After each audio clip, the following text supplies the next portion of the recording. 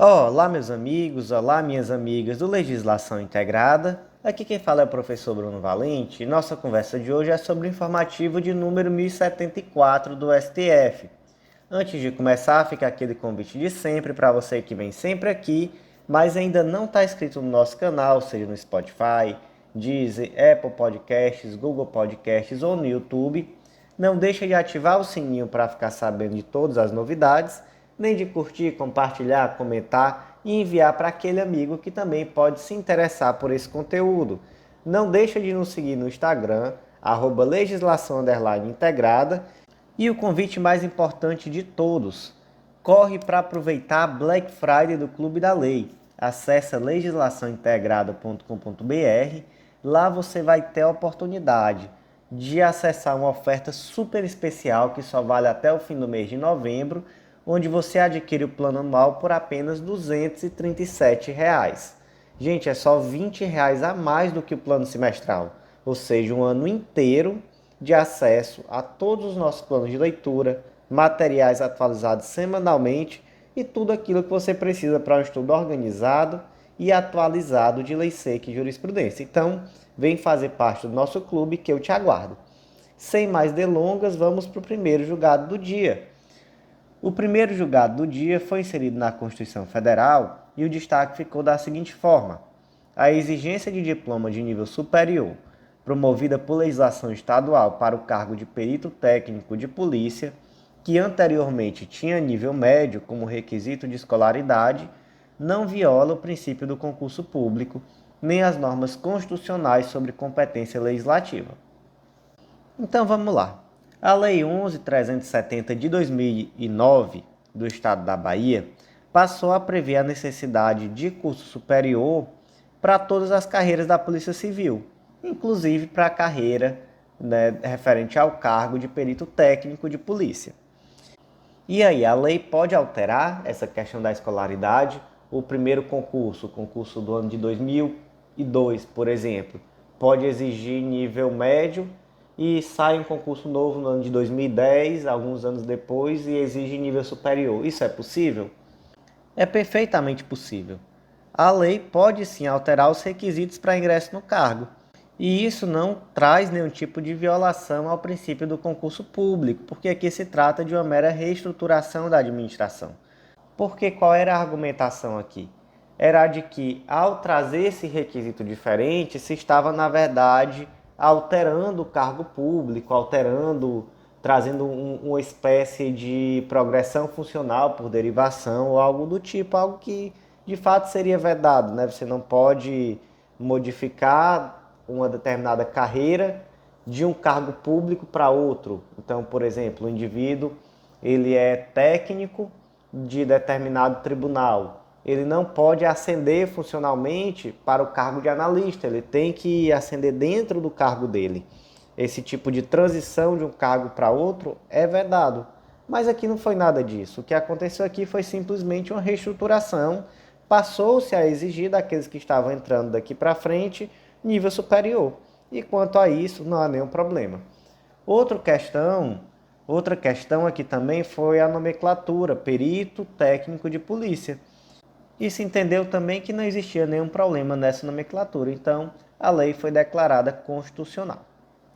Próximo julgado do dia inserido na Constituição Federal, destaque da seguinte forma: viola o artigo 40, caput, parágrafo 13 da Constituição Federal, a instituição, por meio de lei estadual, de um regime previdenciário específico para agentes públicos não titulares de cargos efetivos.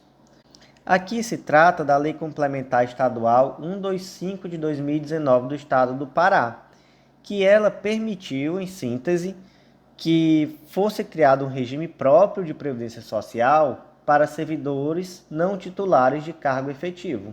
Então, aquele servidor comissionado, ele passaria a ter um regime próprio de previdência, não mais um regime geral de previdência social. Qual o problema? O problema é que existe uma vedação específica disso na Constituição Federal, desde a Emenda Constitucional 103 de 2019, veja só. Artigo 40, parágrafo 13. Aplica-se ao agente público ocupante exclusivamente de cargo em comissão declarado em lei de livre nomeação e exoneração, de outro cargo temporário, inclusive mandato eletivo, ou de emprego público, o regime geral de previdência social. Logo, essa previsão está expressa na Constituição, pelo menos desde a emenda 103 de 2019. Portanto, essa lei complementar estadual do Estado do Pará é inconstitucional, posta que incompatível com o artigo 40, parágrafo 13 da Constituição.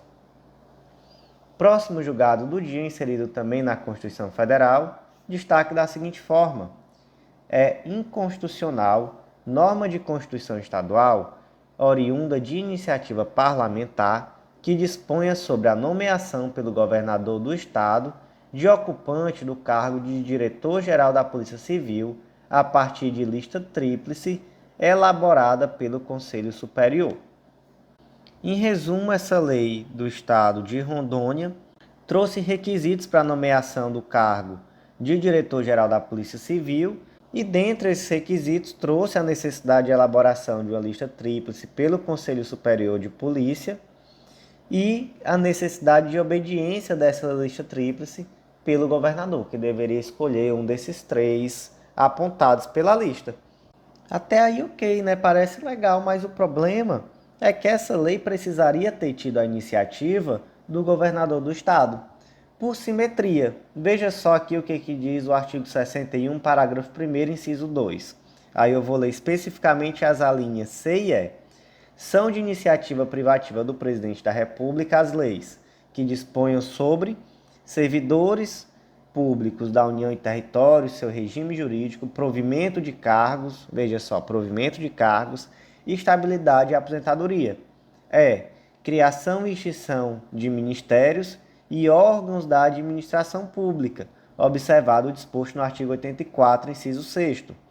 Então, por simetria, necessariamente deveria ter tido uma iniciativa do governador do estado. E aqui ainda tem um outro problema. Esse primeiro problema aqui é de iniciativa, então se trata aqui de inconstitucionalidade formal, mas materialmente também é de se lembrar que o artigo 144, parágrafo 6º da Constituição, estabelece que as polícias civis do estado, dos estados, né, melhor dizendo, são subordinadas aos respectivos governadores.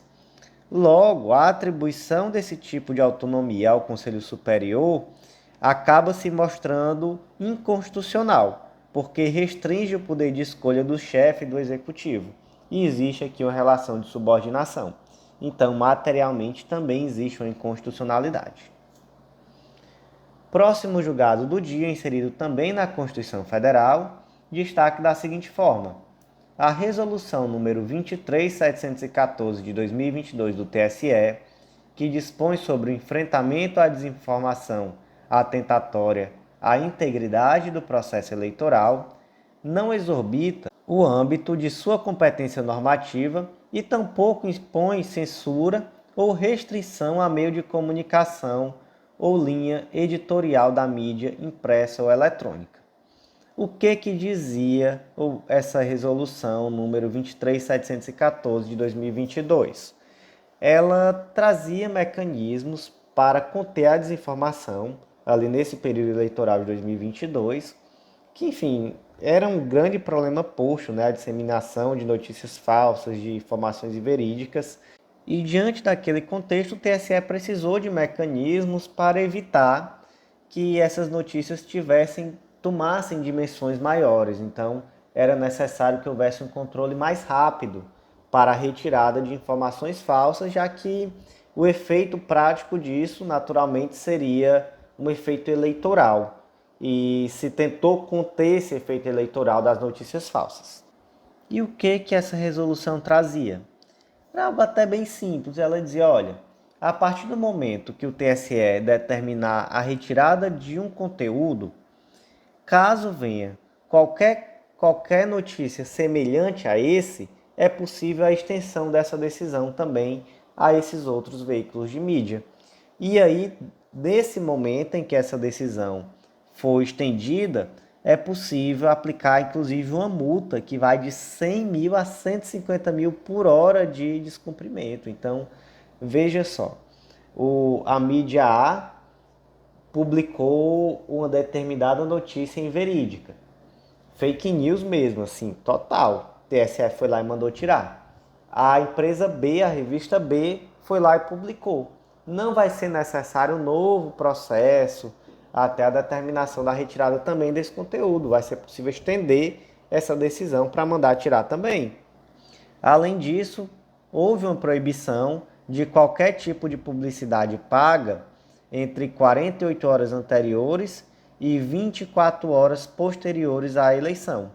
Então, também uma forma de evitar que esse tipo de publicidade, por exemplo, faltando muito pouco tempo ali para as eleições, se pudesse patrocinar notícias inverídicas contra um determinado candidato ou outro. E aí essa resolução foi considerada constitucional? Foi considerada constitucional. E já tinha tido um indeferimento de uma medida cautelar. E aí tão somente se confirmou esse indeferimento da cautelar. Então a resolução foi considerada perfeitamente constitucional. E olha só, não foi só constitucional não, foi também uma medida necessária ao bom andamento das eleições, porque enfim, a gente sabe o quanto notícia falsa, o quanto desinformação é algo devastador, principalmente nesse tempo que vivemos. Próximo julgado do dia, inserido também na Constituição Federal, destaque da seguinte forma: é inconstitucional preceito de lei estadual que institui contribuição compulsória de bombeiros e policiais militares estaduais para compor fundo de assistência com o objetivo de custear serviços de saúde a ele prestados.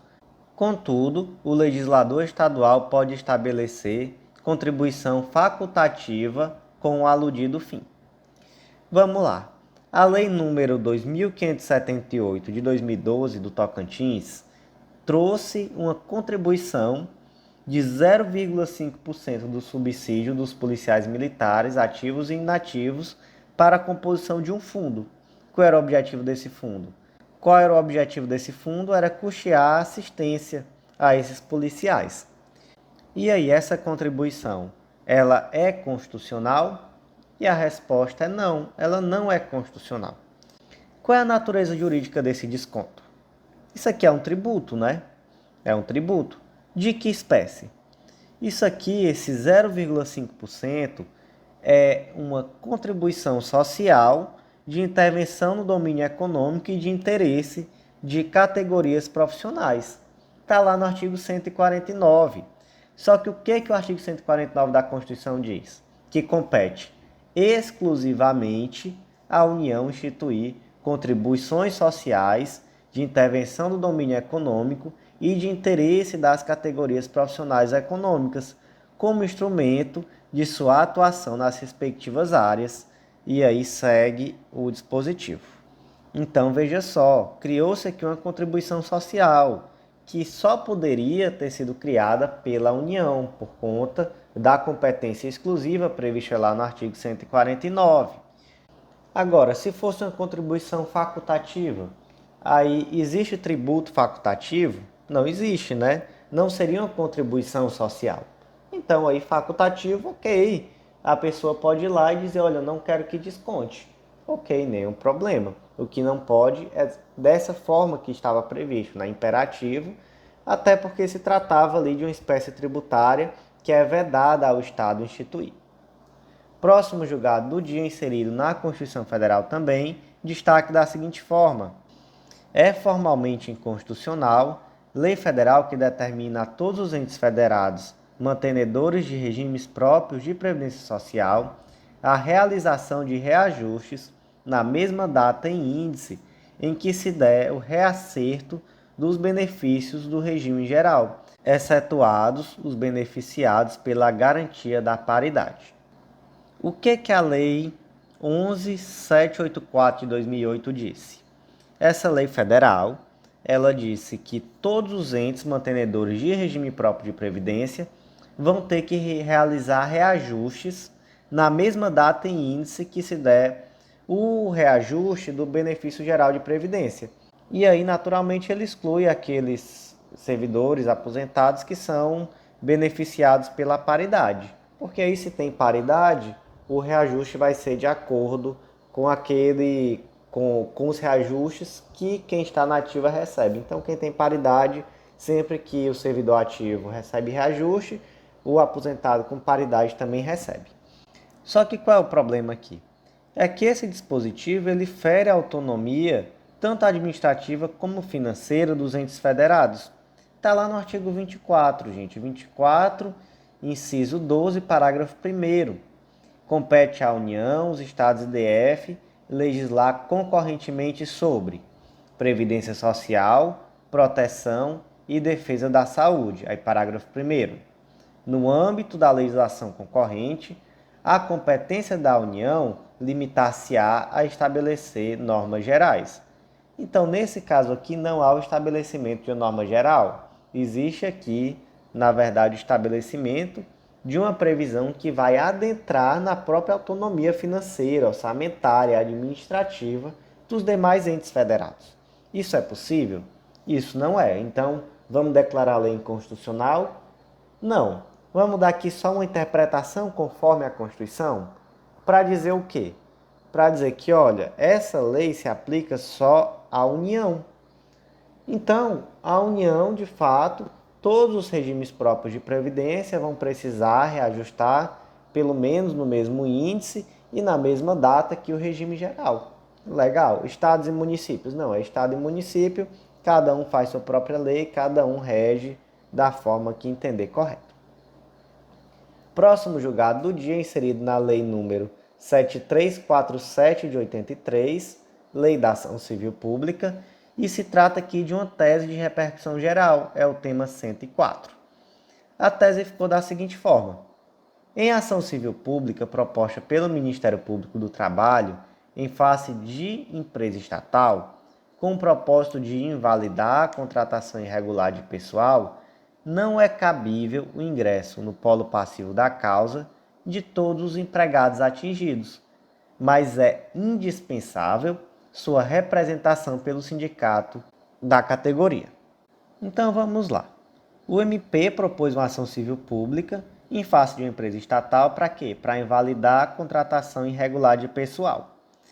Imagina aí que são centenas de empregados, né? Centenas de pessoas que foram irregularmente contratadas. Nessa ação civil pública vai ter que estar todos esses empregados. Já pensou o tanto de gente nesse polo passivo? Não precisam, né? Quem é que vai estar nesse polo passivo? Quem vai estar é o sindicato da categoria. Sobretudo, gente, porque o sindicato da categoria ele é representativo da categoria. E, além disso, ele é um legitimado, inclusive, para propor ação civil pública. E onde é que está isso? Você vai lá no artigo 5º e ele diz que, dentre os legitimados, está a associação que concomitantemente seja constituída há mais de um ano, nos termos da lei civil, e que inclua entre suas finalidades institucionais a proteção do patrimônio público e social, meio ambiente, consumidor, ordem econômica, livre concorrência, direito de grupos raciais, étnicos, religiosos, ou patrimônio artístico, estético, cultural, turístico e paisagístico. O que é um sindicato, se não uma associação? Então, perfeito, não veio expresso o sindicato, mas o sindicato naturalmente é um legitimado a propor ação civil pública. E olha só, é quem mais faz ação civil pública, viu? Eu trabalhei durante um bom tempo em vários sindicatos, onde o meu trabalho era exatamente a propositura de ações coletivas, ações civil pública, todo tipo de ação coletiva que você imaginar. Então, de fato, é um ente muito representativo e que, de fato, tem essa legitimidade. Não só perante a categoria, mas inclusive para propor ação civil pública. Então, em um caso como esse, não é necessário que os empregados estejam no polo passivo. Basta que esteja o sindicato representativo da categoria. Próximo julgado do dia, inserido no Código Tributário Nacional e também é uma tese de repercussão geral. É o tema 699. É constitucional a cobrança, em face das entidades fechadas de previdência complementar não imunes, o imposto de renda retido na fonte e a contribuição social sobre o lucro líquido. De onde é que vem aqui a grande dúvida, na verdade? É porque, gente, a rigor mesmo, uma entidade fechada de previdência complementar não tem lucro. Ela não tem lucro, ela tem no máximo que um superávit. Ela arrecada e ela distribui o dinheiro que ela arrecada aos beneficiários. E aí ela pode ter aqui, naturalmente, um superávit. Então, ela arrecadou mais do que ela distribuiu, tá bom? Então, aqui existe uma situação em que há superávit, mas lucro não tem lucro propriamente dito, porque não é uma entidade que tem finalidade lucrativa. E aí, se ela não tem lucro, ela vai pagar imposto de renda? Ou então ela vai pagar contribuição social sobre lucro líquido? E a resposta é sim. E o STF disse, olha, apesar de fato, tecnicamente se falar em superávit, não em lucro, mesmo assim é necessário o pagamento do imposto de renda e a contribuição social sobre o lucro líquido. E essa diferença técnica de nomenclatura não vai fazer diferença, vai incidir o imposto do mesmo jeito. Próximo julgado do dia inserido na Constituição Federal, destaque da seguinte forma: é vedado aos estados e ao DF instituir o imposto sobre transmissão causa-mortes e doação, ITCMD, nas hipóteses dispostas no artigo 155, parágrafo 1º, inciso 3 da Constituição, sem a edição de lei complementar federal exigida pelo referido dispositivo constitucional. Qual é essa previsão? Artigo 155. Compete aos estados e ao DF instituir impostos sobre, inciso 1, transmissão, causa-mortes e doação de quaisquer bens ou direitos. Mas aí o que diz o parágrafo 1º? O imposto previsto no inciso 1 a inciso 3 terá a competência para sua instituição regulada por lei complementar se o doador tiver domicílio ou residência no exterior ou se o de cujos possuía bens, era residente ou domiciliado ou teve seu inventário processado no exterior. Então veja só, existem aqui duas situações em que, para que o Estado possa prever a incidência do imposto de transmissão causa-morte e doação, vai ser necessário primeiro uma lei complementar federal que vai trazer disposições sobre o tema. Quais são essas hipóteses? Quando o doador tiver domicílio ou residência no exterior, ou se o de cujos possuía bens, era residente ou domiciliado, ou teve seu inventário processado no exterior. Nesses casos aqui, vai ter que vir primeiro essa lei complementar federal para determinar qual é a normatização geral sobre o tema.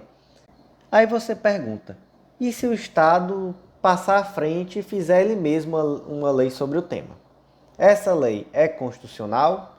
E aí tem uma tese de repercussão geral, é o tema 825, que diz que não. Ela diz, é vedado aos estados e ao DF instituir o ITCMD nas hipóteses referidas no artigo 155, parágrafo 1º, inciso 3 da Constituição Federal, sem a intervenção da lei complementar exigida no referido dispositivo constitucional.